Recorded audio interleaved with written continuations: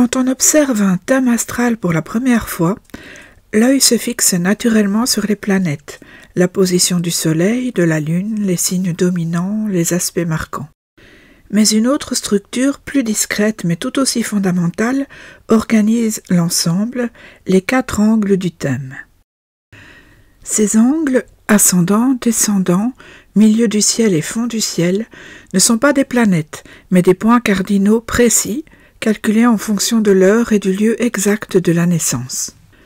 Ils forment une croix symbolique qui divise le thème en 4 grandes zones et révèle les repères essentiels de la vie.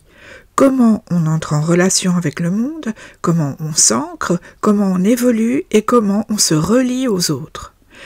Commençons par le plus célèbre, l'ascendant.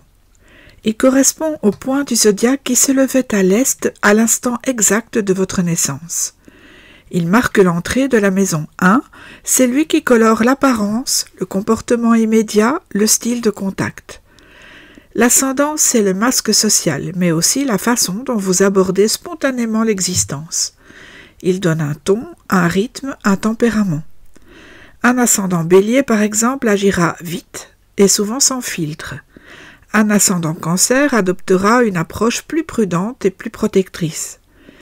C'est un point d'entrée dans le monde, mais c'est aussi un axe d'évolution personnelle. Au fil des années, on devient de plus en plus son ascendant. Face à lui, à l'ouest du thème, se trouve le descendant qui marque le début de la maison 7. Si l'ascendant dit « voici comment je me présente », le descendant dit « voici ce que je recherche chez l'autre ». Il reflète le type de lien auquel on aspire, les qualités que l'on projette, parfois aussi les défis relationnels que l'on rencontre. Avoir un descendant en balance peut indiquer un besoin d'harmonie dans le couple, une volonté de compromis. Un descendant en Scorpion, en revanche, pousse à des relations intenses, parfois passionnelles, où le lâcher-prise est essentiel. Mais la croix ne se limite pas à l'horizontale. À la verticale, on trouve 2 autres points tout aussi structurants, le fond du ciel et le milieu du ciel. Le fond du ciel est situé au bas du thème. Il marque l'entrée de la maison 4, celle des origines, des racines, de la sphère intime. C'est un point souvent négligé et pourtant capital. Il décrit l'environnement familial, le passé émotionnel, les ancrages invisibles, ce que l'on garde en soi sans le montrer. Un fond du ciel en poisson indique un imaginaire riche, un besoin de douceur dans le cadre familial. En Capricorne, le besoin de structure, de sécurité matérielle ou d'autorité bienveillante peut dominer.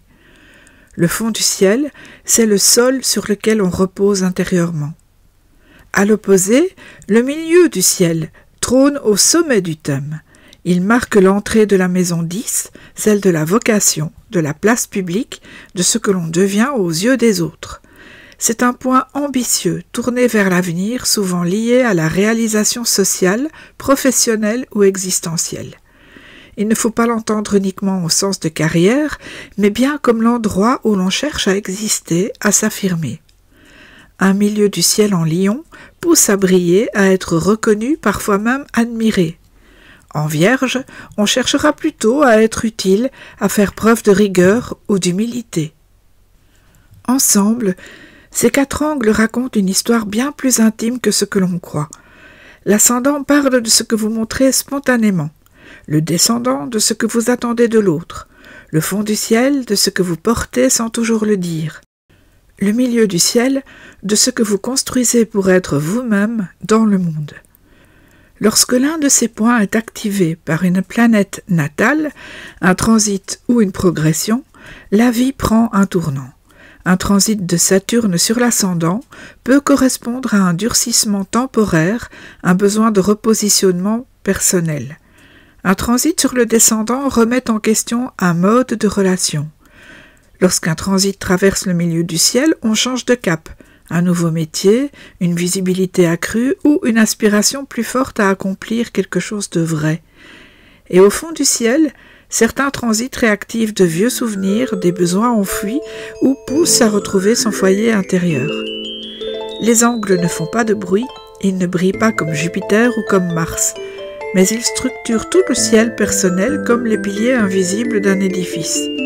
Les repérer, les comprendre, c'est apprendre à lire sa propre architecture. C'est aussi découvrir que même si les planètes racontent nos mouvements, ce sont les angles qui dessinent notre espace. À très bientôt pour un prochain épisode.